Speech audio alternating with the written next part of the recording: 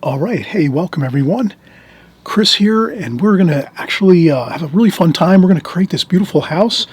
We're going to do the side of the house, the yard, the backyard, a little bit of the backyard. There's someone in the backyard there. We're going to have a nice figure in the background here, very, very small bits of details, a porch light, some chimneys, some highlights, some sunlight just hitting the tops of the chimneys here, a little bit of smoke. Some beautiful little accent colors here and there, very very minimal type of look to the painting, kind of a subdued color scheme, really fun to work with, some beautiful window details. So we have lots of beautiful colors, and we also have some really good details, and we'll explain how to get the whole thing completed. We're going to work with a photograph, so I'll have this on camera at all times. We're working from this photograph of a house that I'd found on the internet that I thought would work really good for this tutorial. And also too, besides this on camera at all times, you'll have your colors. So I'll have all the colors that we're going to use in this painting on camera at all times, so you'll see me color mixing everything. You'll see how to mix the colors, and again, it's pretty straightforward, simple color scheme, not a lot of different colors. We kind of kept it to kind of like the blue-green color scheme with a little bit of some yellows and oranges mixed in the foliage a little bit, and you'll really see that it's a fun painting to do. So let's get started right away and get into it. Okay, so we're moving along here. We saw the finished painting, and we'll just get started with a rough sketch with some charcoal. Again, here we're going to be just trying to have some fun doing an interesting look at the side of a house here, the end wall of a house, and we'll create some beautiful windows and roofing and siding. We're actually going to maybe make this stucco, so I'm going to change it around a little bit. Feel free as an artist, you're going to use your artist liberty, so to speak. If you see some clapboard siding like this on the house, you could create the same, or you could just change it and make it something like a stucco finish, which would be more of a like a unified look to it, so we wouldn't have too many lines, of course. But it's up to you. I think I will make this more of a unified, just a plain white wall, like with whitewash stucco. And then, of course, we'll stick to pretty much the drawing. And I'll use just some charcoal here. So to start out with, I just look at the composition, and I'm fine with the way it looks, the photograph. So maybe I might change something, like maybe I might add the rest of this. It looks like a roof here, a small shed roof. Maybe there's a post there. Whoever took the picture, I guess, didn't include the post. They might have just been interested in getting the side of the house over here. But I'll take, again, some more liberties to maybe add a few things. So here you can kind of, maybe a good takeaway is this: when you're creating your paintings, feel free to maybe adjust things a little bit, maybe add a few things, or remove a few things that are going to help make things better for you. You're the artist, you're going to be painting this. You're going to want to adjust it according to what's going to work for you. Of course, if it's maybe someone's house you're painting, like maybe someone says, I want you to paint me a painting of my house, well, then you'd add in all of the details, and you wouldn't really make it stucco if it's actually wood clapboard siding like this. But since this is just, we're doing a demonstration here, and we're having a fun time, creating this, we don't have to maybe worry so much. But, of course, if you do follow the exact details if you're creating something for somebody, if they're asking you to make a painting of their home or something, or one of their properties. So let's take just a quick look at this and say that there's about a little bit of space under here. So there's leaves and some ivy and some leaves. It's autumn here. So there's some decent amount of space, considerable amount of space underneath the house in this photograph. And then there's a considerable amount of space on top above the roof. You see quite a bit of sky there, so you can kind of make those two notes. All right, the roof's going to be about here, and the bottom of the house is going to be about here, and you're going to have, some room below the house and some room above the rooftop of the house on the side of the house here. So I think that's what we're going to kind of start out with. And then we notice it is kind of the house is not exactly, the side of the house is not exactly centered in the painting, so you could kind of make it more centered. I might do that. I might make it a little more centered here, so I'll just maybe take the roof and just make a sketch line there. There is a bit of a step up here. So now the thing is, when you're creating something like this, you could use a ruler to kind of give yourself some dimensions. You know, you might say that this size of the house here might be twice the size. You're going to need to make it twice the size. So if this measures, let's just say, for instance, if you're following along with me, let's just say this house here in the photograph on my phone right now that I have is measuring 6 centimeters. What's 12 centimeters going to look like? And then 12 centimeters looks about good. So what we could say is you can double the measurement of whatever is here. You can double that measurement. So if my house is 6 centimeters wide here, I can come over here and make it 12 centimeters. And that gives me my basic shape of the house that I'm going to be looking for, like that. Just a rough estimate as far as, you know, the roof. And then we can go straight down. We could also look at this and just say, all right, how many centimeters are both rooftops?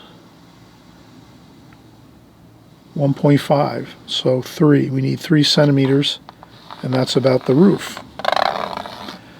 So this is a real fun way you can actually use just a simple ruler and take the measurements of what you have here and scale it up or scale it down. Let's say you have a really large photograph or a picture from a magazine or a book or something, and you want to scale it down and make it smaller. You would just do the opposite. You would say, okay, in the magazine I'm looking at, it's 6 centimeters wide. Well, I'm going to make it smaller on my painting, so then I'll just scale it down and go 3 half. So I'll go 3 centimeters wide versus 6. Here, we're just, we're doubling it. So 6 here, we double it up, and then we have 12 centimeters. And so that's how we use a ruler and some simple scale and dimensions to make things happen for us.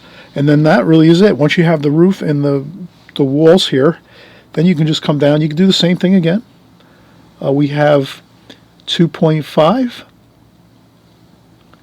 from the gutter line to the bottom of the siding. So 2.5 and 2.5 is 5. So that's 5 right there. We come across. Then we come across here and say, okay, what's this measurement? Okay, this measurement here is 2. So we go over 4. 4, and that's where we have that step in the foundation wall, like that. You can kind of see that there where it goes across and then it comes down a little bit. And then, we could even just take a look at that and say, all right, that's half, so we need 1. We're doubling it. Half a centimeter is 1 centimeter, approximately. And we do that. And then we have it. Look at how good that looks. Simple. Looks good. We come over here, we might say, where is that shed roof? That's on the side, or actually the front of the house over here. 1 centimeter down is the top of that shed roof right over here. So if I go 2 centimeters, that gives me that mark, and then we just angle it down. And like I said, I'm going to make this like that. Okay, maybe it's a little bit, okay, I made that a little too large, and then we'll put a post over here. And of course you're going to paint everything. We're going to be painting everything here, so I'm just getting a quick, and there's a lot of bushes and weeds and things over here. So you don't have to worry about that. You can see all the bushes and trees and limbs and grasses and weeds.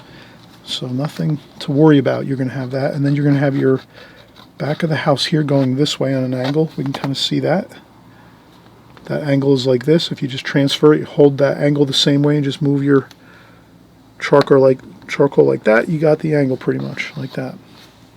And then you have the angle here where the trees are, like this. So then you can hold that same angle, just come across here and put it there. And you have your angle there for those trees there,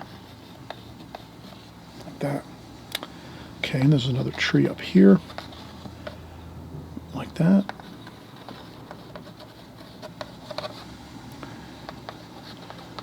Okay, you can add a little more volume to your tree if you want. Back here, we have a chimney here. We also too we have like two roof sections here, and then there's a small wall in between the two roofs. So we want to do that too. Let's just divide it. It's about halfway.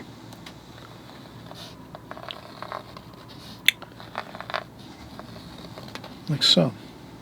And then we're going to want to get this chimney over here. This looks like a vent for a furnace. So that goes up here like this. And then here we have two chimneys that they look like fireplace chimneys. So we have one here. And you can even measure this one and say, how far over is this?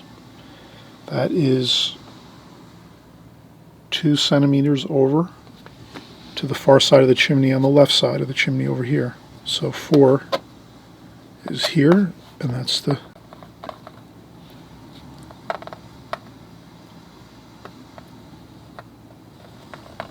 like that. And that's basically just a rectangle, a elongated rectangle, and then almost like another small rectangle there for the chimney itself, the actual chimney pot. And then over here we have one more chimney. I'm going to leave that other chimney, I'm not going to put that other chimney over here on the painting because it looks awkward. It's on the other side of the roof there, and it just doesn't look, it's for some reason I'd rather just leave the two chimneys here and leave it at that. Again, if it's someone's house though and you are painting, you know, keep it accurate and put that in there. If that was like if someone said that, you know, gave you a picture and said, this is the house I'm going to want you to paint my house. Over here, I want to paint like, you know, the side of my house, on the front of the house too, whatever it is, you would put in all of the chimneys that you see there in the photograph if they're giving you a photograph to work from. But in this case, since this is not, you know, this is just, we're working on this as an example of a fun way to paint some elevations of a house. Certainly we don't have to worry about that. We can just, you know, adjust this one to suit our needs. So we've already made a few adjustments that we wanted to do, and we're happy with it. So what we'll do is, we've done a lot so far. We're going to take one quick break, and then we'll come back. We'll finish. We'll do the windows next. We'll create the windows, block those into the end wall here on the side of the house. And I think after that we should be pretty good. We'll put a few more maybe indications of some weeds and grasses and things where we see them in the foreground here, but that's not too much of a big deal. Other than that, we're ready to paint. So we'll just get our few more items here. Our subjects are windows on the side of this house, and then a little more weeds and grasses, just indications of that, and then we'll be ready to paint. We'll put out some paint on our palette paper, our waxed palette paper, and we'll be ready to paint.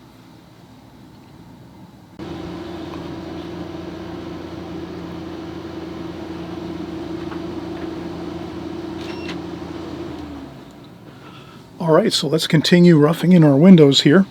And we have, at this point you could, again,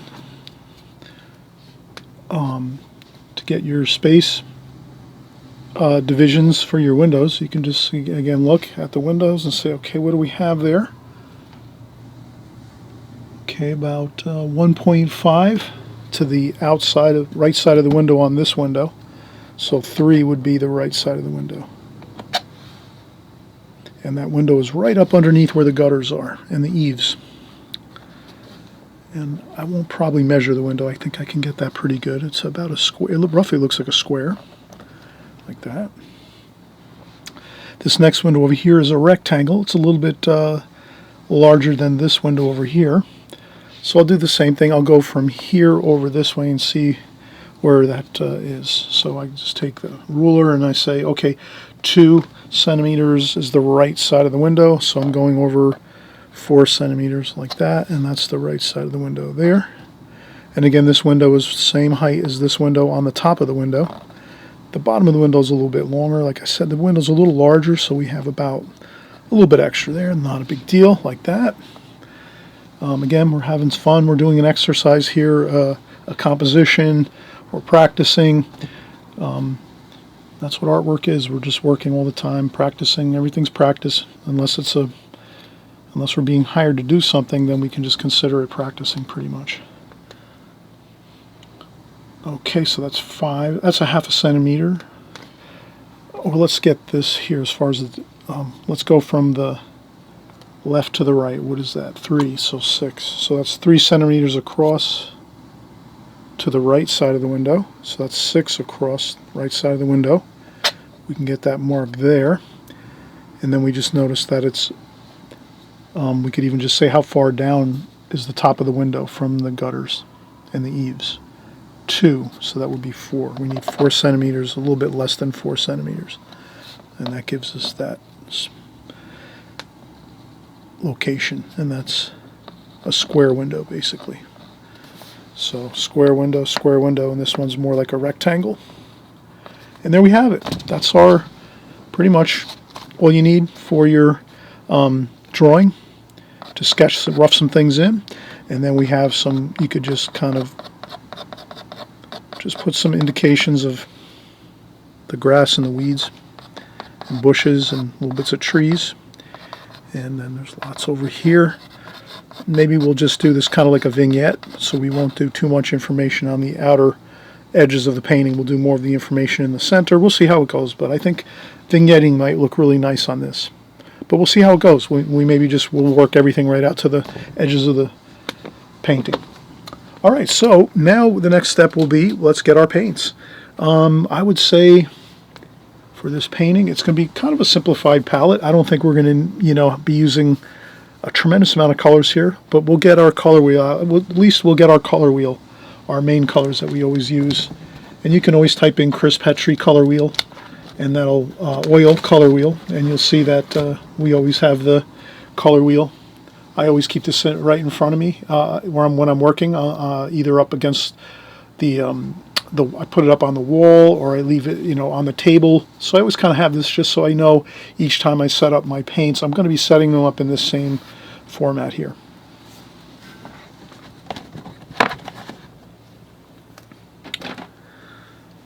So the first thing I'm going to do is we'll get the blue here. A little bit of blue. I don't think there's going to be a lot of super. We will use some blue and green. We're going to use blue and green. Blue for the sky, green for the trees. We're definitely going to have a lot of that. So we have blue. We'll put that on the color wheel there. We'll put our primaries in.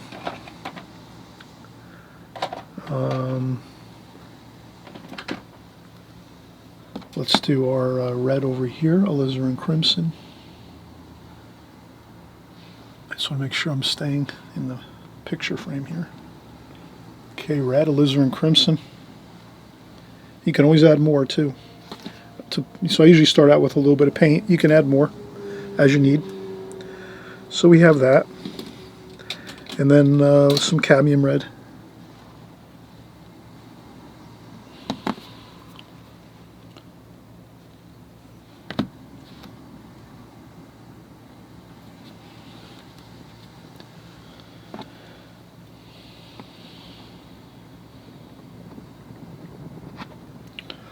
A little bit of cadmium red. And then, let's see. We'll use cadmium yellow.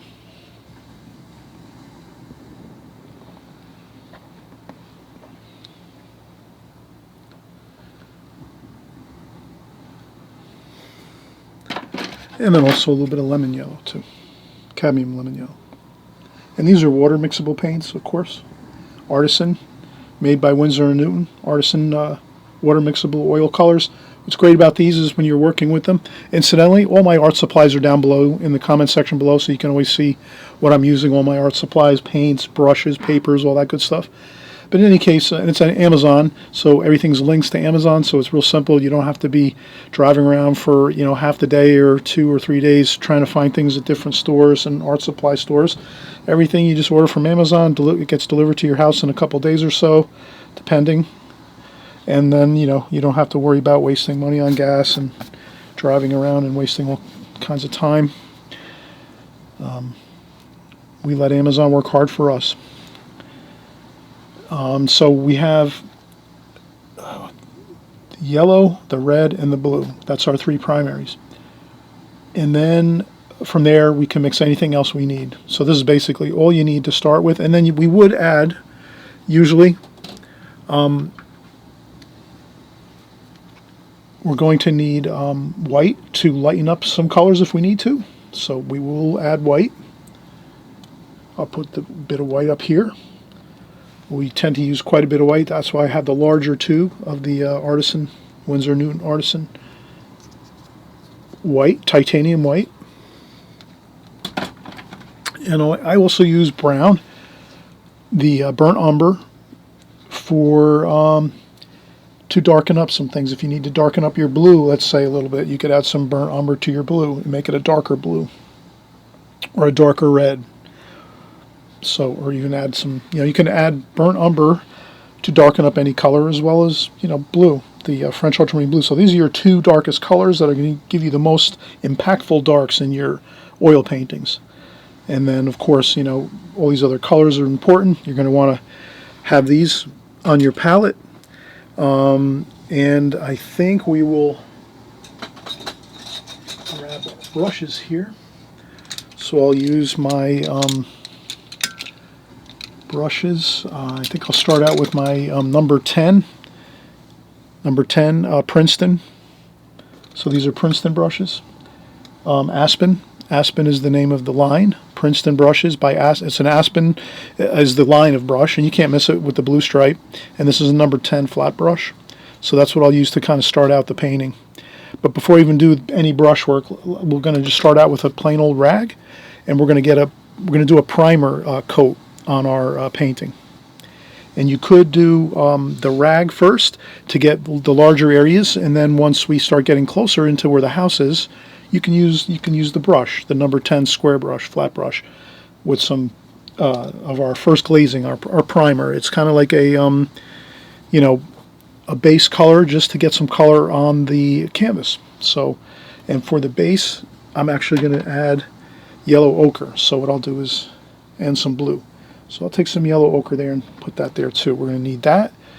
And I also might add in just a little bit of some phthalo green over here at the bottom, because I'm going to use that for the sky a little bit. So I'll put some of that there too. But we'll see how it goes. We're hopefully going to have a really good looking painting here when we're done. And it's not extremely difficult. This is like a painting anyone can do. We're just going to, I'll take some of that yellow ochre and I'll just start putting it in here. Maybe the yellow ochre is toward the bottom of the painting, like this. But I want to go really, really light. I don't want a thick paint. You want to just go very, very sparingly with your yellow ochre here, with your rag, and you just rub it into the canvas and get it coated nice. Get some color on there. Okay, I'm going to get some up too in the sky, but I will go with some blue for the sky. So, but I do want some gold up there too. I don't want to leave it so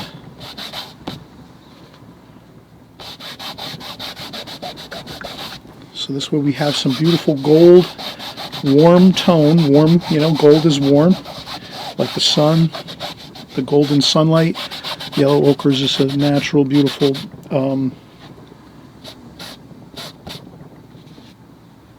color to put onto your canvas, to prime your canvas a little bit. Okay, now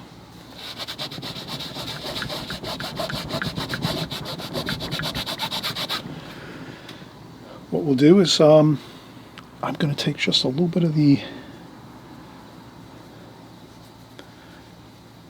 I might just leave it like this. I might leave the gold on there and not really prime it with anything else. I'll just leave this as the primer, the base, right? And then from here we'll work all our other colors on this.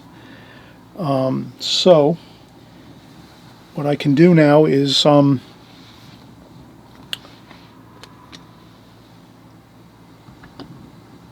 think we're going to start with our darks first. So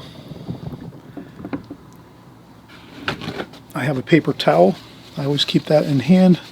I rinse off my brush, dry off some of the water. So I want thin, really, we always want to say like super thin when you first start your painting and you're doing all your first glazings of your paint, your oil paint, water mixable oil paint. You want to keep everything thin to start with. And then as you work your painting, toward the end of the painting, you'll be using thicker paint. And you'll feel it when you're trying to put paint on and you see that you need to kind of thicken up and use more paint because it won't really stick to the a thin paint won't stick to a thin paint. So when you do your first thin glazing, you're going to naturally just have to go a little bit thicker with your next glazing of paint. So you'll notice that that's how that really tends to work. So what I'll do is, I think we'll start off with maybe some of the roof. So for the roof, I'm going to go with blue and brown. So that's French ultramarine blue and burnt umber, with a little bit of the gold in there too. And then even before I do this, so I have some of the roof mix here, the little bit of color mixed up for the roof. I do want to do the sky first, I think, because the sky's a great place to start. We can get the sky in, and then we might be really lucky to kind of work from there. I think that'll be good. So for the sky, we're going to use white. So I'll mix my sky color here, lots of white maybe, some French ultramarine blue in there, and a little bit of the phthalo green. And more blue, so I added a little bit, I went too much with the green, but I want to make it, do want to have some of that green in there. Okay, I think that looks pretty good. Okay, and then I'm just looking at my, and it's as simple as that.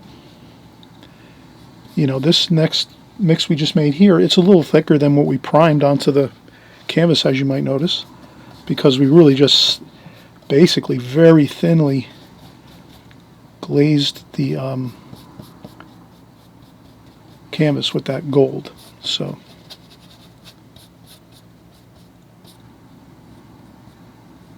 and you can paint around your chimneys, that's fine. It's going to be a darker color, you can go over it a little bit.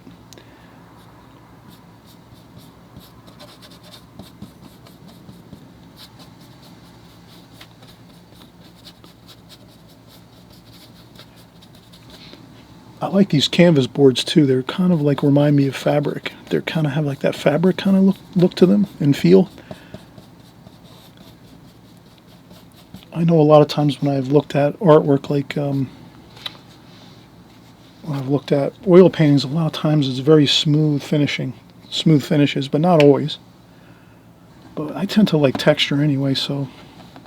But I'm still working out what my paintings are going to look like, or, you know, I'm always experimenting, and so I'm not going to really worry about it too much, but I do like that fabric-y kind of look, but it might look a little bit scratchy looking, so I have to just keep getting the ideas working, and maybe I add a little bit of that French ultramarine blue higher up, a little bit darker up at the top of the sky, so you can add a little bit of that French ultramarine blue, some of that chimney color.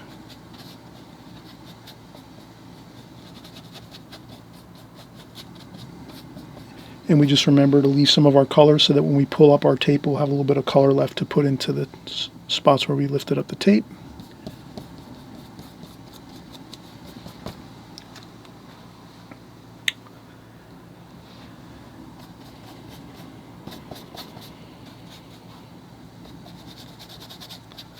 And again, I'm going very thin.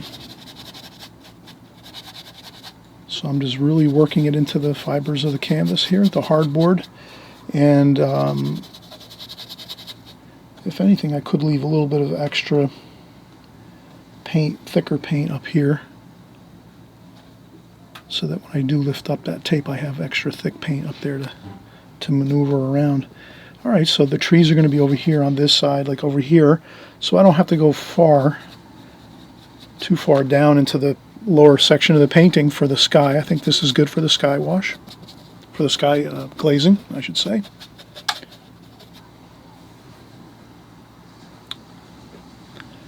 And we're going to just be mixing and mingling the colors, having an enjoyable time doing that. You're just going to have a fun time with the whole process here. And that's what's the fun of painting. You just keep working the same process over and over. Every painting, you're trying to just kind of use the same methods and processes and techniques you're using all the time. And then as you go, it gets easier and easier as time goes by and you're doing more paintings, you're just going to get more comfortable with the whole way the process works and everything together. Okay, so we have the sky, and I think that looks good. Let me see, what else do we want to... Maybe, I would say let's put some blue into the foreground a little bit, and the reason I do that is to kind of mix some of that sky color into the painting in the lower section. So I want it to sort of just be like, the influence of the sky, the blue influences everything on the planet, our planet. Like, so let's say when you're working and, doing any kind of painting outdoors, you would just know that the blue light from the sky is always going to be everywhere. It's going to be in every bit of, unless it's like a cave or something like that, let's say, then obviously there's no influence of the blue. But anywhere the sky, if you can see the sky wherever you're painting or in any picture, photograph you're working from, the blue is going to have a little bit of an influence everywhere. Okay, so we have that, some blue mixed down into our green. Okay, now let's take some more of that burnt umber and French ultramarine blue and a little bit of the gold, yellow ochre. Let's get some of the roof started here. And that's got quite a bit of blue, maybe a little bit of white in there too. Maybe a nice kind of a grayish brown with some blue in there. And I'm just looking to capture that shape. So I'll use my brush to... And you can fix up some spots. If you go over a spot that you think isn't the greatest, you might have went over something that, no problem. You can always work your paints later on to fix up a spot or two. No big deal. Okay, now so I'm just using the natural shape of the flat brush is going to give us those really nice, beautiful architectural lines that we need.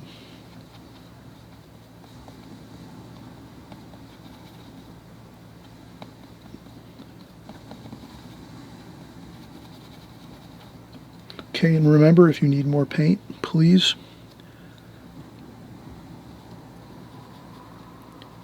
just squeeze out a little more paint onto your palette if you need to.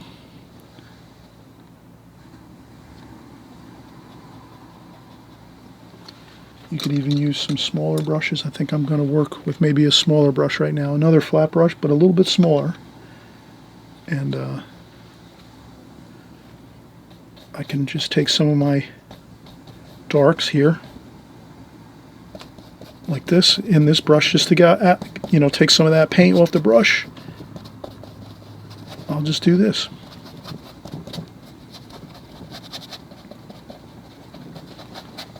Okay.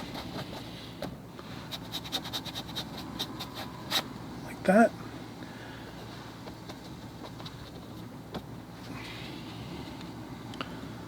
I'll rinse that off in the water container. And once I rinse that off in the water container, I take the brush and just, we'll set this aside. We're probably going to use this again in the painting. And then I'll go in and I'll get the smaller brush. I think it's easier to do some of these areas with the roof and the chimneys with a smaller flat brush. So it's basically just the smaller version of the brush we were just using, a flat brush. And we just continue with our brown and blue, a little bit of white, a little bit of gold. And we're just going to see if we can see. Now we have a little bit of an easier time getting the roof here.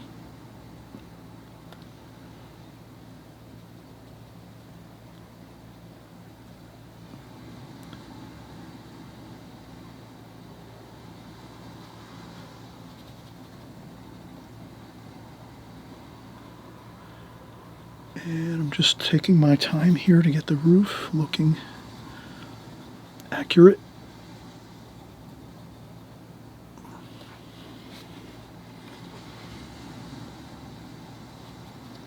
And always remember too, when you're in the middle of your painting, it's going to look a little bit funny, a little bit awkward, you know. That's the same with watercolor, acrylics, or any kind of painting. Whenever you're working on a painting, you're halfway through it, and you could easily make the mistake of stepping back and looking at it, and looking back, or looking at it, you know, stepping back and looking at it, and then saying to yourself, "Oh, it's not looking good. It looks something." It won't look good until you actually finish the painting 100%. So always remember, finish your paintings 100%.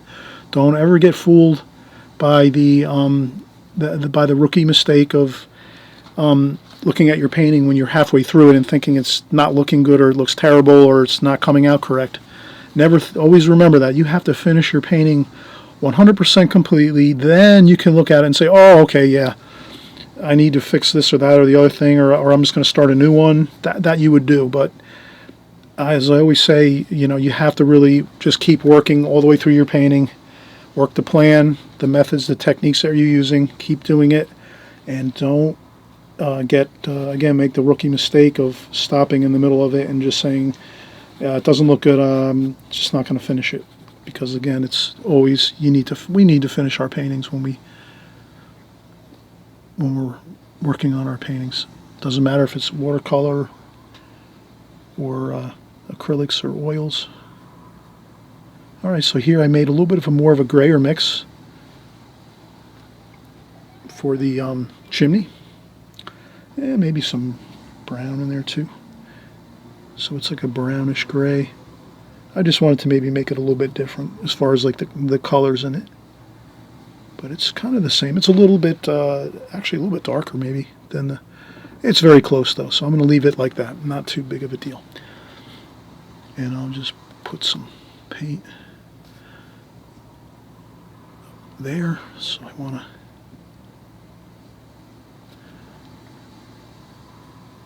okay. And we'll do that very top of the chimney maybe later. So I leave some of the real fine details to the last bit of time when we're working on a painting. All right, so we have that.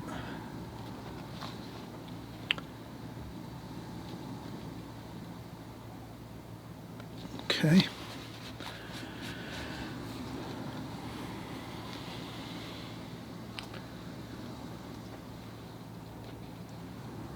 Okay, now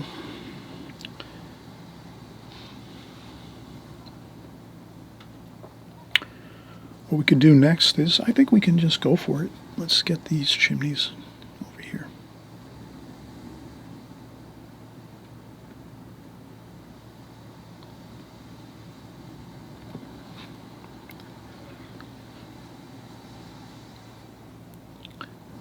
And I'm just kind of touching up the edges here.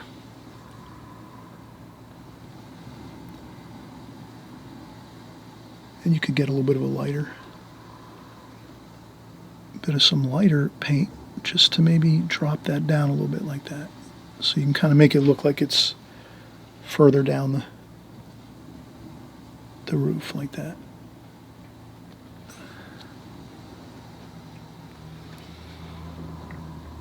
Okay, looks good so far. All right, so what I'll do now is I'll take another quick break.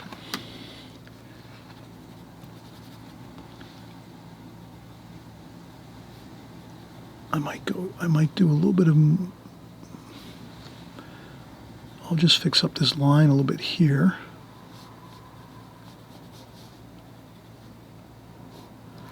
Okay, looks good. And again, like I said, we are moving along nicely, and we're going to finish everything. We're not going to stop in the middle of it and sort of just say it doesn't look good or something like that. You know, we're going to keep working on it, and we're halfway there. And you trust me, when you start actually doing those final details at the very end of the painting, that's when everything comes together. And that's why I always say you have to finish your painting 100%. because at the end, when you start putting in some of those finer details, like maybe some of the branches and twigs and leaves, and maybe some of the details of the windows, you'll just notice that the painting just comes alive and it really gets exciting. And that's what you're going to want to do. So if you've gone this far, you're going to keep working on it. We've got the beautiful sky in there, that beautiful blue sky. We have our foreground kind of like put in a little bit with some nice color there, some, those leaves and things, the autumn colors. We're going to have some greens in there. So, trust me, we are more than halfway completed, and we're going to finish this up, and we'll be right back. I just want to take a quick break. Imagine, sometimes when you're reading a book or something, your eyes get a little tired, and you need to, take a break, take a quick break, set the book down, grab a coffee or a tea or a glass of water or something like that, and then you come back and read maybe 10, 15 minutes later. It's the same thing with painting. You're going to sometimes need to take a break here and there just to give yourself a little bit of time to rest and regroup and then come back. Okay? All right. So I'll be back in just a second, and we'll keep working on this, and it's coming out good so far. All right, so we're going to get started again here, and I'm thinking we'll go with some of maybe we'll create the white glazing for the stucco finish on the house here. So I'm going to use the white here, titanium white, maybe a little bit of yellow ochre in there, maybe a little bit of the blue. So we're going to just mix up a little bit of just some different colors, and let's see if we can get some.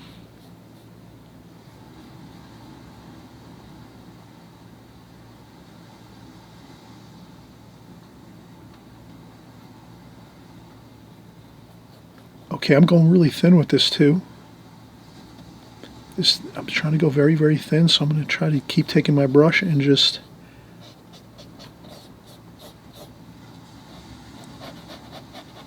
I want to leave the charcoal pencil showing through in some of the areas so that we don't lose those lines. So it's probably hard to see it here, but back when you're working in your studio, your kitchen, wherever you like to work, just try to keep a track of those pencil lines that we created for the windows. Make sure you leave some of those lines in there.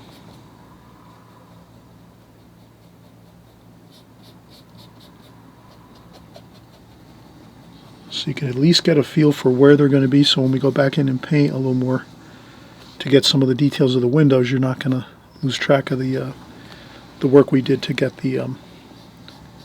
those located on the walls. So I think I'll go over here, get some of that siding over here.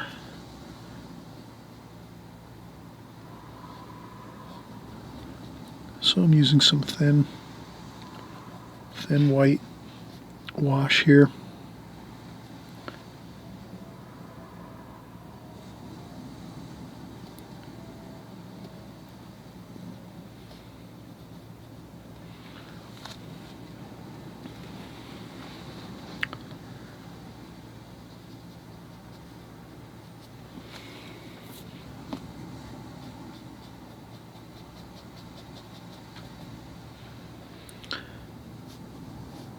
I'll make a little line here just for that step in the foundation so I don't lose that line as well. And I think that's pretty good. You could, while you're doing this, do a little bit of kind of a custom technique. You might want to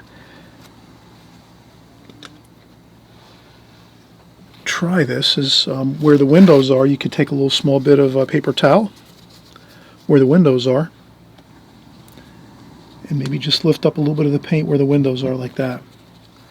But you have to change this out. So as you're working, you take a small piece of paper towel and you tear it and make a small piece, and then you just go in and lift up some of the paint where the windows are. And then now you can see it reappears, the window shape with the charcoal underneath, like that.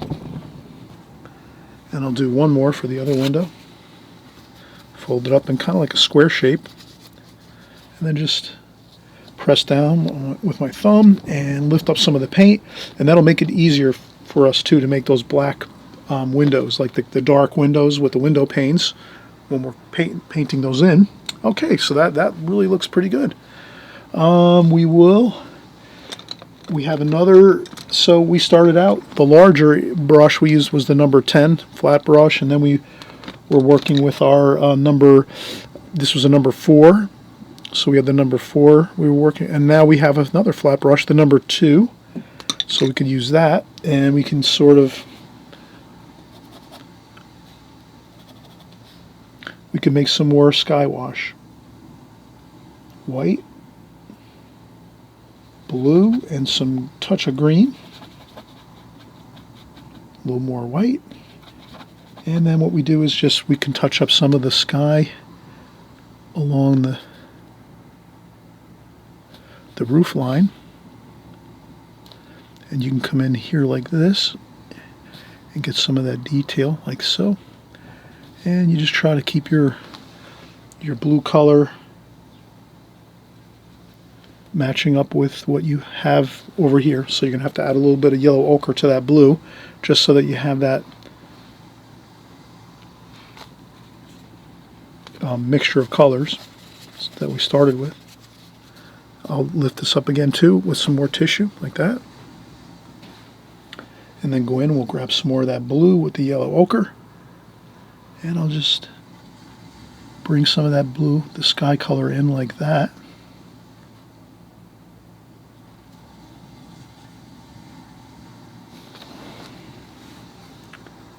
And that helps a lot. And then I'll get some more over here. Maybe that got flared out a little more than we wanted to, so you can trim down you can actually sculpt portions of your rooftop or whatever you're working on.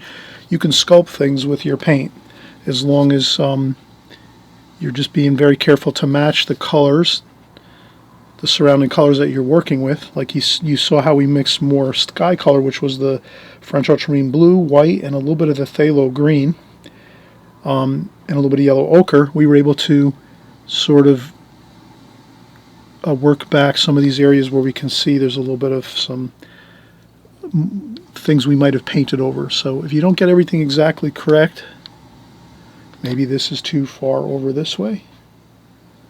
So we could take this and trim it down a little bit like that.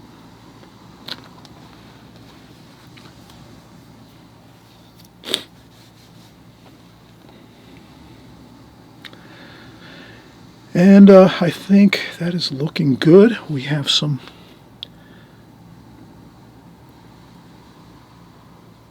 I might put a little bit of sky under here, even though that is, in this painting, it's the roof beyond that we're seeing behind this area, but I'll just leave it with some blue sky there, I think. And besides, we're going to actually put some greens and things over here, so it's not going to matter too much, but that's just to get a little bit of that sky color there. And also, too, we're going to put some sky color here as well.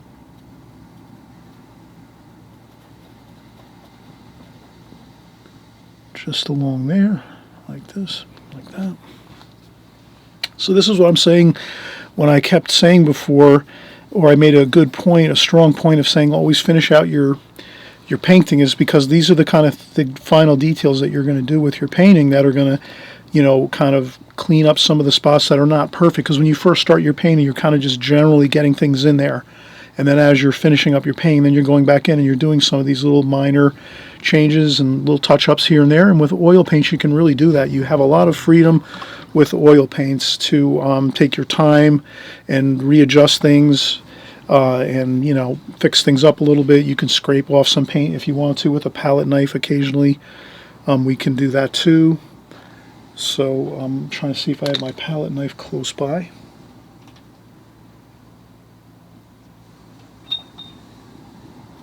So these palette knives are great too. You can use these to, scrape off some paint if you wanted to fix up an area. You can lift up some paint, scrape some paint up. You can always do that a little bit here and there if you need to. You can make some really nice sharp lines too with the palette knife in your paintings. If you wanted to have a few sharp lines in your painting here and there, you can do that too. Maybe we'll add a few of those at the end. Again, we're going to do more of the general things, features in the painting, the general subject matter first, and then as we're finishing up, we're doing the final details. And that's really a great game plan you can always have in your mind. Is in the beginning, you're not worried about details. You're just worried about getting the paint on the canvas, getting everything on the canvas.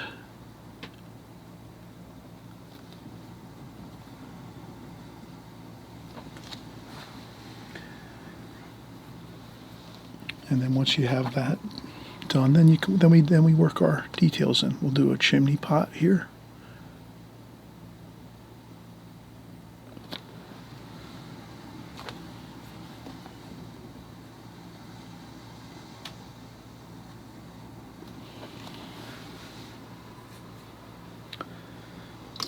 And I rinse off my brush, dry off the water, come in and I can get some white paint here.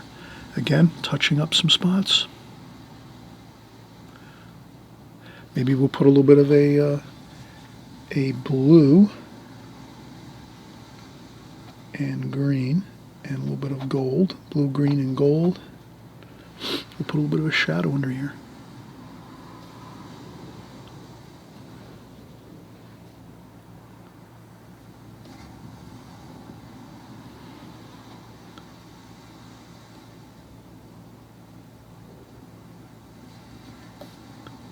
That makes a nice little bit of an additional, again, blue, green, and a little bit of yellow ochre.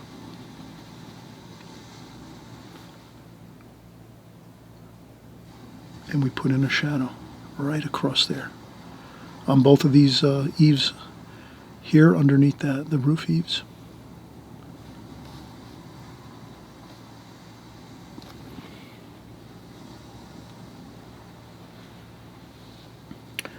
We could make it a little bit of a grayer mix if we wanted to. We could get a little bit of some of the brown and blue and make a few little, just here and there, a couple little spots just to gray down that bluish green, like that. All right, and this is looking fantastic already now because we're getting these details in now, and that really, let's do a few more details here. Let's get some black and blue, some some burnt umber and French ultramarine blue equals pretty much almost like a black. And so maybe we'll put a little bit of a shadow under here, like that, and over here too.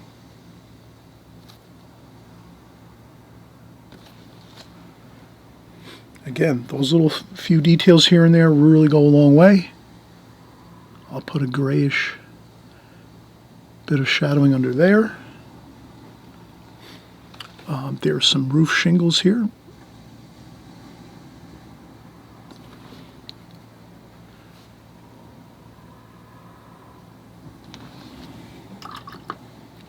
Maybe we'll make this blue, green, a little more of a bluish green there. So again, I go back in and like that. And you don't have to worry. Again, with oils, you can really take your time and enjoy the process and enjoy the painting. You have it's less stressful, I think, painting oils than watercolors. I mostly have worked in watercolors for the majority of my time painting as an artist. And it's a fast medium, and it can be challenging in that way that you kind of have to get things right the first time as the painting is going on, and you're actually working But when you're working with oils, it's really a little bit different. You kind of can have a little more flexibility. You can change a little bit here and there. You can take your time a little more, and that's what we're going to do here. We're going to get some.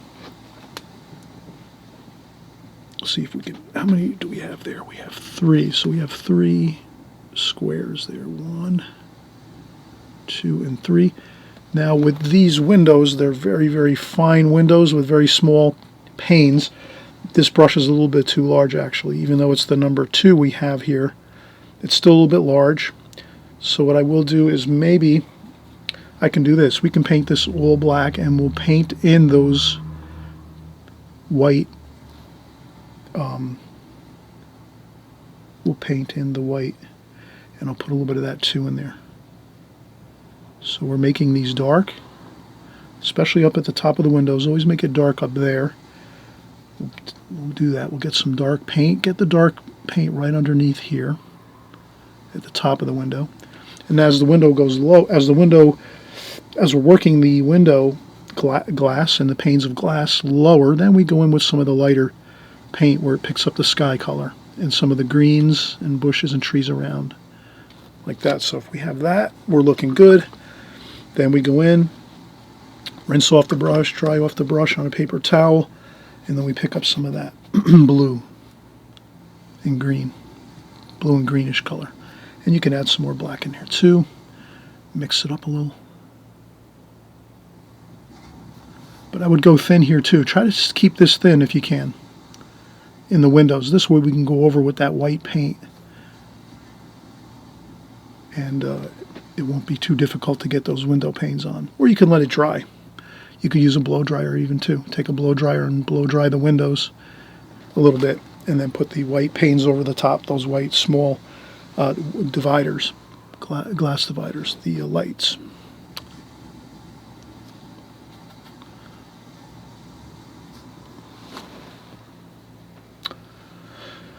So now you see we have really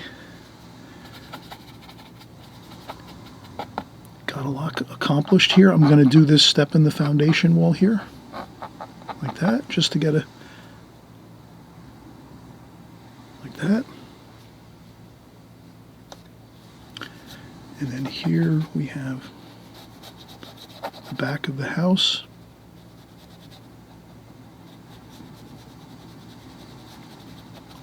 That. All right, so now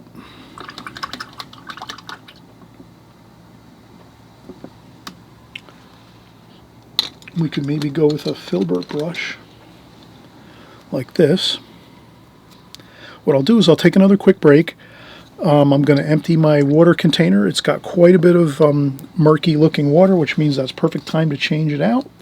And then when we come back, we'll start working on the grass, the shrubs, the trees, the weeds, some of the vines, and that'll be it. We'll have a completed, and then we'll do that final touch of the window panes, okay? The window dividers, the glass dividers. Okay, so we'll do that in just a second. We'll just take a quick break, and then I'll change out my water, and we'll get started again. All right, so we're moving along here. Let's maybe we'll finish up the windows with some white. I'll have to put out some more white.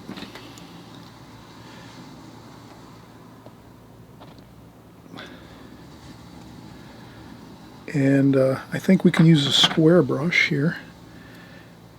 And I think we could even go with, let's see what sizes we have. Okay, so this is probably our best bet, maybe.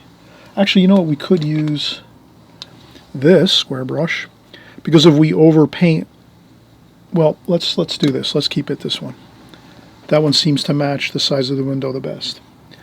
So we'll take our white, and naturally, when we put our white here, we have some gold and blue in there, which is good. It kind of gives us a little bit of some color in the white. And let's take that, get the brush good and full of paint. But when we're doing these very fine panes of glass, better off that we take the brush and dry off a little bit of the paint. like that. Tap off a little bit of the paint so that you don't have too much on there, but we do need to have, you know, a decent amount on there. And then we just look at and see how many. So we have 4.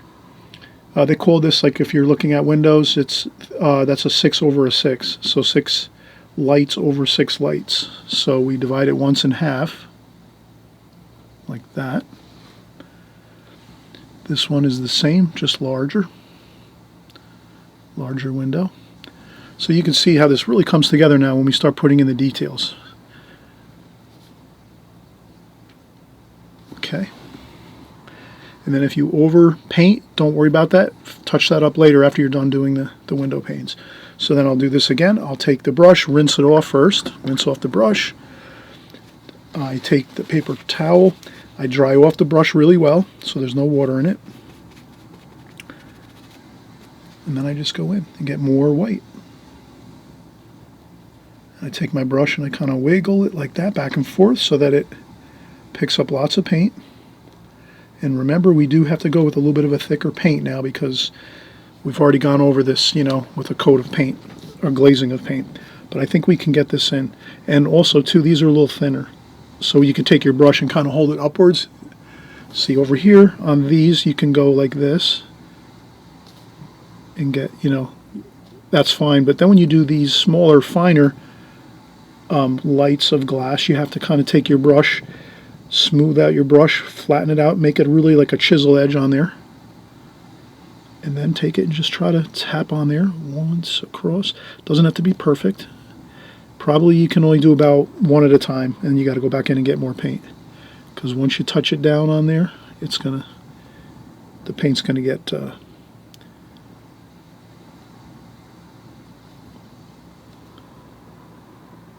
paint leaves the brush quickly, let's say, if you're painting on paint. So when you're painting on thicker paint, that means it's going to be thicker and harder to get that on there. Okay, so now we have our lines across, and the same thing here. Get some more of that. Wiggle the brush. That, like this. Okay, it doesn't have to be perfect. Every line doesn't have to be perfect. Just get them in there. Okay, more white. A little bit of gold. You want gold and blue mixed in there a little bit. Okay, and then again, maybe dry off a little bit of the paint. See how we do with our verticals. So we got 2 verticals. So here we have 2 verticals. And again, it's easy for me. I'm leaning my arm. If you can imagine, I'm leaning my arm on my table so that my brush is stable. You might have to take something like a piece of wood or something you can find, and maybe rest your hand on a piece of wood. I don't know how you're working, but I have enough room that I can rest my arm on the table and do these fine details on the painting. Sometimes I don't know how your setup is, if you're working on an easel, where you're looking at the painting and it's straight up. I'm on a table like this, so it's lying almost perfectly flat. So then I'm going to use this just to get those few details in. Again, I flatten out the brush like this to get it very fine chisel tip on the end of the brush. And then I have to make 3 lines across like this. 1, 2, 3, 1, 2, 3, 1, 2, 3. And they don't have to be perfect. I would do them quicker. They look better if you do them faster. Like that. And that's it. Look at that. Again, when you're doing the details, that's when everything really comes together nicely. And then again, you can touch up a little bit of spots if you painted over anything with some white paint. Like that. Okay.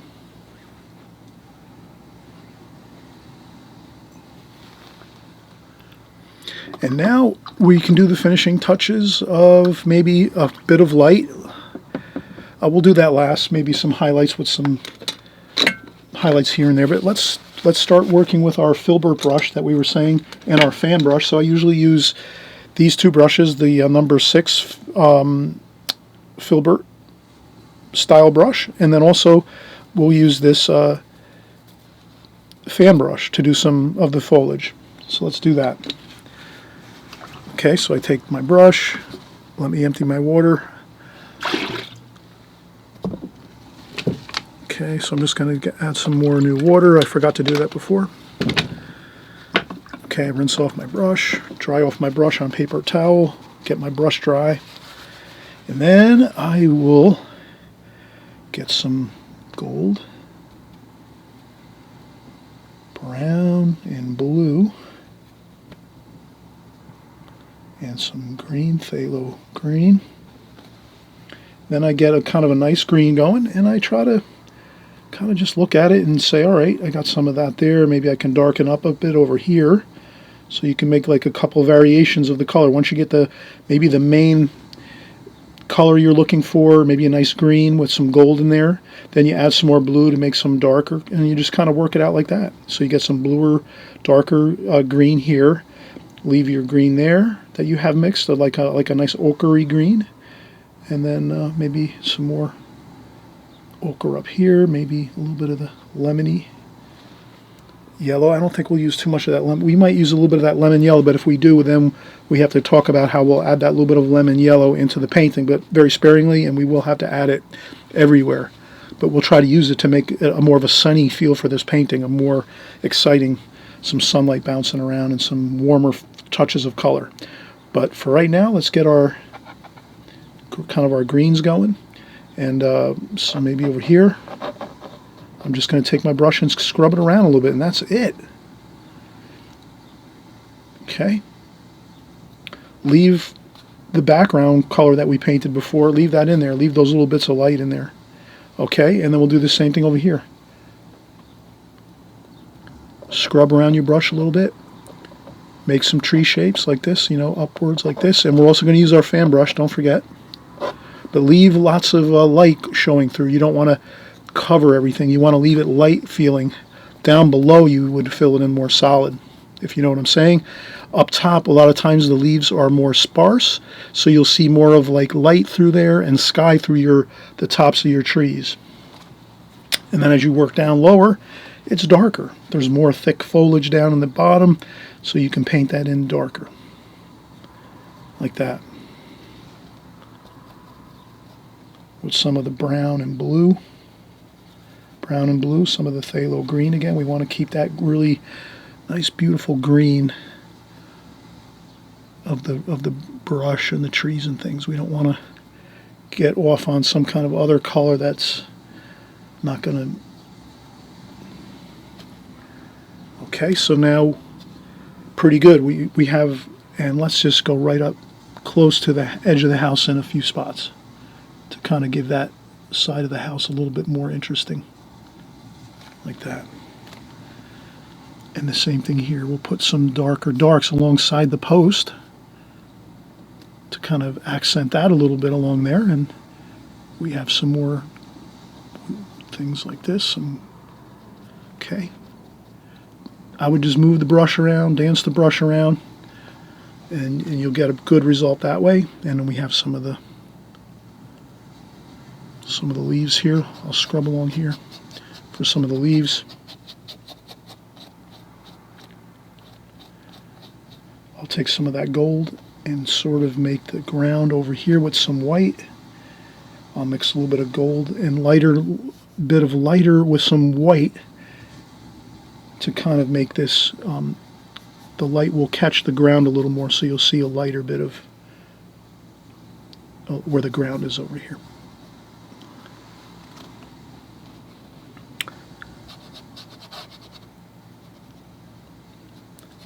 And that's about it.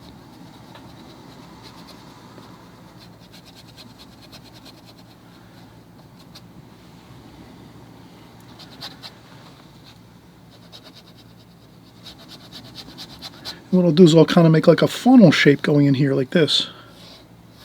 So it kind of leads our eye into the painting here. So a bit of a funnel shape here.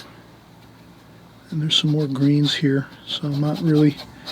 And we can vignette this a little bit. We don't have to finish, At home, you'll finish everything out and, really get it looking the way you want it to. I'm not going to sit here and labor over this too much, but you can kind of see what we're looking for. And then we could just mix up more.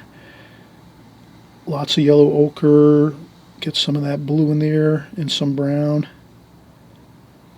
and some blue, so we're going to make it like a darker green, some phthalo green in there too. And again, some darker bits of green over here. Like that.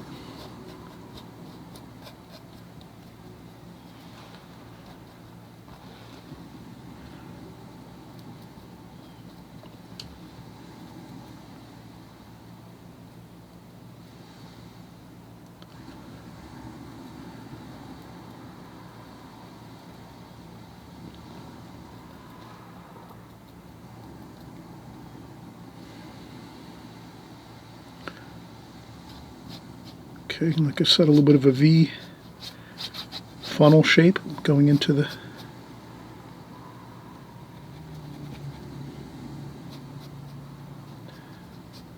and again, your greens are going to be really nice and mixed well, like this. Leave some gold areas where those leaves are, the gold, the fall colors. And continue to develop it the way you want to. You can go with thicker coats of paint over top, but if you kind of leave it, or if at least you get it to this point, you could add some more, of course, more thicker paint here and there. I will take my fan brush now, dry off some of the water off the fan brush here on some paper towel. And then again, I'll go in and get some more of that green, yellow, green, brown. Kind of using that same three colors right there, four colors. Burnt umber, French ultramarine blue, phthalo green, a little bit of phthalo green, not too much phthalo green, and yellow ochre. If you get those in, and you can mix them in different proportions. And then you can just do a few of these like this, and you have it. You get some really nice detail with your fan brush.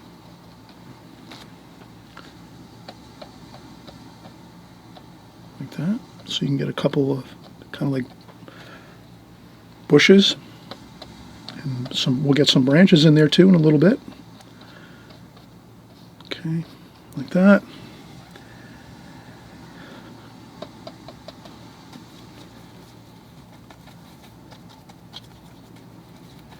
Get some paint on the brush here.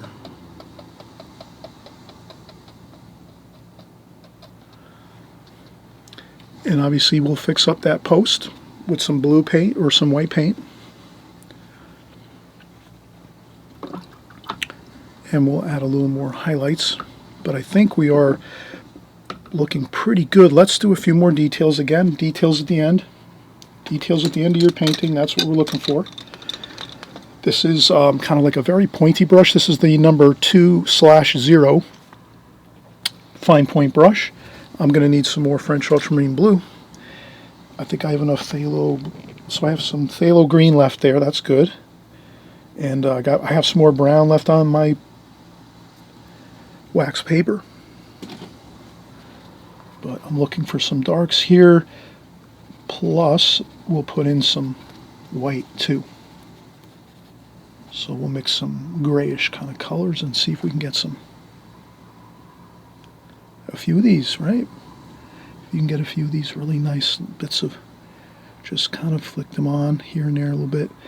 You have to keep going back in and getting more paint because we're painting over thicker paint again. So remember, when you're at the end of your painting and doing some final details, you will be painting over thicker paint, so you will have to keep going back and getting more paint on your brush to get some of these details. Like I can only get a couple weeds at a time, and then I have to go back in and get more paint. See, it's just the way it is in the beginning of the painting. You can add more details, and you wouldn't have to keep going back and getting more paint. But now we got to keep going back and getting some of that. You can just do a little bit of some nice detailing here. Just kind of bring across the. What I'll do is I'll probably use some white and touch up that that post a little bit. But you can kind of see I think we have everything looking really good. And again, we don't want to do too much with details. Sometimes that can ruin a painting, so we just have to know the happy place to stop. And let me take a quick break. We'll change out my battery on my camera, and then we'll get back started. Okay, so we'll do a little more touch up here and a few details. I'll take that white again, and I'll take that white with a little bit of gold, a little bit of yellow ochre. Give us a little bit of color there. So I have that white now, and I just wanted to do a little bit of touch up on the post. I will take a little bit of paper towel and dry off the brush a little bit with the paint. I don't want a ton of paint on there, but if I can just get this maybe looking a little bit better, like that. I like that. That's fine. And maybe a little bit showing through there. I think that's fine. I might even just do that. Yeah, that's better. All right, so we have that. We fixed our post a little bit there. Maybe I can just rinse off my brush and dry off on the paper towel a little bit here. And maybe I can take some of that sky color, some white and blue, just to get a little bit of that sky wash. See if I can just touch this up a little bit here. I made the roof a little bit elongated. Okay, good. So that's where I can kind of touch up a few spots. We want to put maybe some white light highlights up here on the chimney caps. Let's do that. Ah, perfect. Perfect. Look at that. Okay. Now, let's do a few figures. I'm going to take a darker brown and blue and green. Kind of stick with the same colors. I don't want to start making anything too different than the colors we've been using, throughout the whole painting. I'll just make these a little darker. Maybe I will make this more subdued. But I'm going to have a figure in the back. So I'll have a figure in the back here. Then I'll take some lighter, maybe some grayish for the pants. Like that. A little bit lighter yet. Okay. Then maybe some cadmium red mixed in with that yellow ochre. So I'll just maybe try to see if I can get a little bit of a flesh tone there without going too. Okay, so we have somebody in the back there. And then I'll take my number 2/0, the finest point brush I have with this set, which is the Aspen set. And I'll just take that little bit of white and just do a quick dot of light on top of the head there. Okay. And on top of the shoulders, maybe a couple of bits of light. Maybe a little more detail. Maybe there's some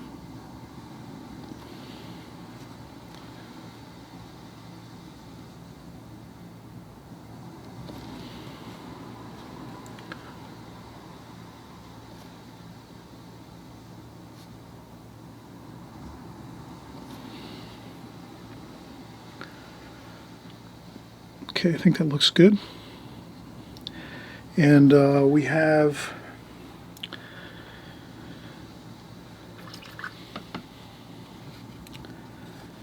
maybe we could do a light here on the porch. I might need to, I'm using my finest brush now, my 2/0, and I'll use my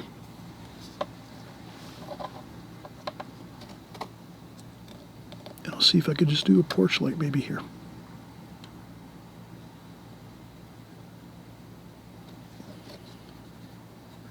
So I'll make that really dark.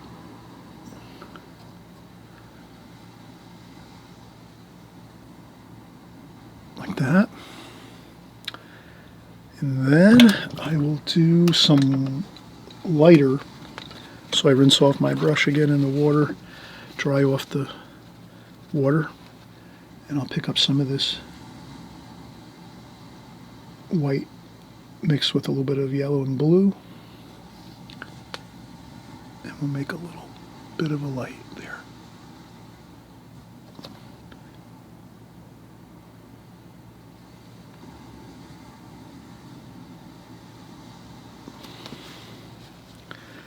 Then I'll go again with some black, see if we can get, or burnt umber and French ultramarine blue pretty much makes almost it makes a black actually, in equal proportions. Take that, mix it in a little bit, dry off the brush, see if we can get a little bit of a point on the brush, and we'll try to get the top of the light like this. Like that, and then like this. And then just a little bit of a dab for the bottom of the light, and I think that perfectly, yeah, that looks good. So we get a little bit of a hanging light at the porch there. We have pretty much, I think, everything looking good. We might take a little bit of that blue again and white for the sky color.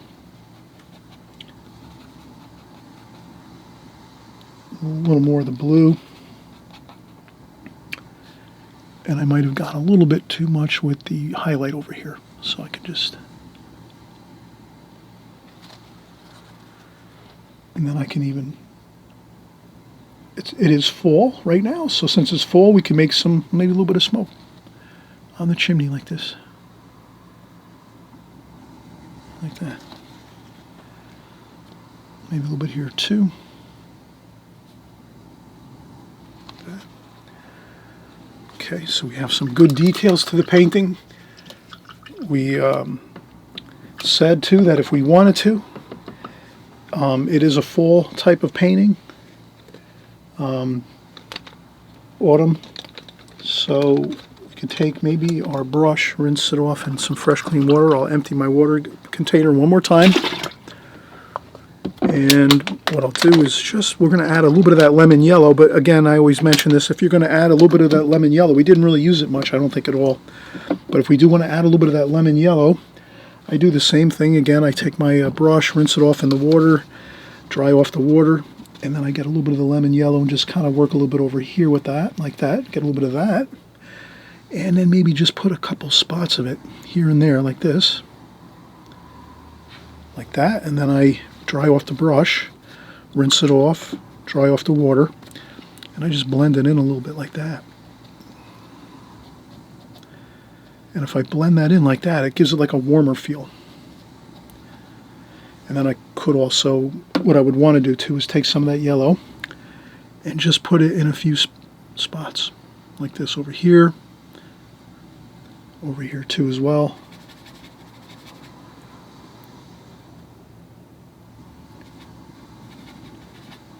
It's got to be visible though. Like it has to read as a lemony yellow there too. We can't put it on the house and then nowhere else in the painting and it's going to look kind of odd. But if we do take some of that lemony yellow and add a couple spots here and there.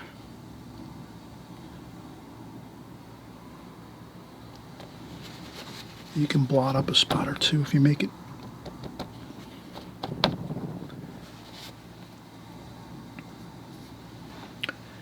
I guess what it does is it kind of just gives it a little bit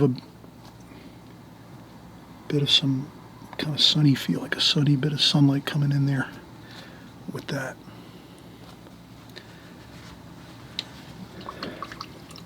And I think we have a completed painting. Again, I would always say underdo your paintings a little bit, step back and let them dry maybe a couple days and then save your paper, save your wax paper. Maybe put it into a plastic bag so it doesn't dry, the paint. And then what you can do is take your paper, your wax paper here, or palette paper. You can take that back out of a Ziploc baggie. You can roll it up or just put it in a bag. You fold it up maybe so it doesn't get all messy, and you can put it in a bag or even like a shop, like one of those shopping bags, like the plastic shopping bags. You could just like fold this up maybe once and staple it or put a piece of tape on it, put it in a shopping bag, plastic shopping bag, and then like a week later or a couple days later or a week later, it'll still be moistened just like this if you put it in a bag and seal it a little bit. And then you can touch something up if you want to, or you can add a few things but it's probably better to stop a little bit short and let it kind of dry a little bit, and you step back from it, and then you come back from it. You come back to your painting like a couple days later or so. And then you can add a few things if you feel it really needs, but if not, you can just let it be as it is. Sometimes underdoing the details does look better. So I think the only thing we were going to do was rinse the brush off, dry off the water, and just wanted to get this blue back in here.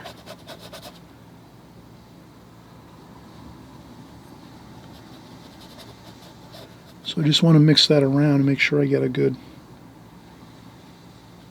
blue, like the way we had it up in the sky, like that. So I think that looks good. That blends in pretty good.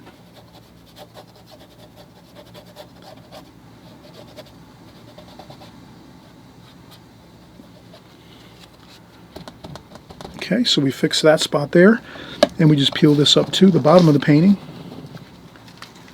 and take a little bit of yellow ochre and green and a little bit of white.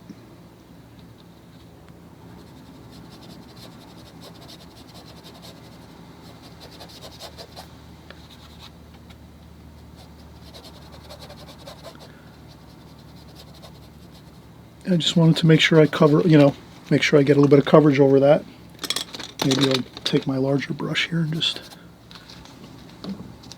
pick up some of that white.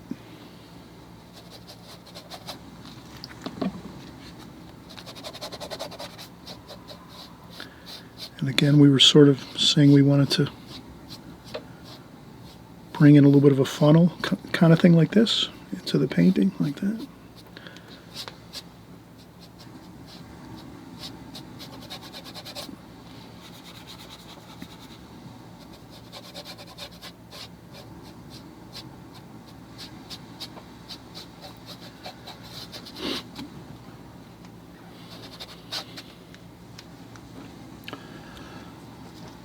All right, I hope you had fun. We're going to come back very, very soon.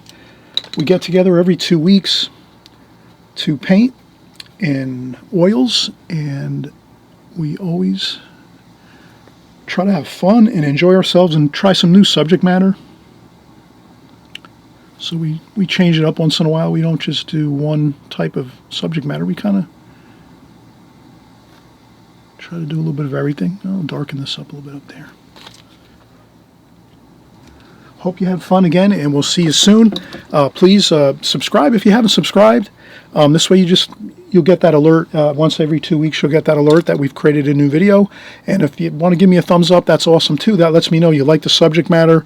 Sometimes I might create like some kind of subject matter that you might not be interested in. The more thumbs up I get for the videos, I know you're more interested in that type of style of painting of the subject matter we're working with, so I will do more of those paintings. And also, please leave me a comment in the comment section. I read all the comments, and this way you can, if you have any questions or you want to have some input or share some ideas that you have with your paintings, how everything's going, please do it.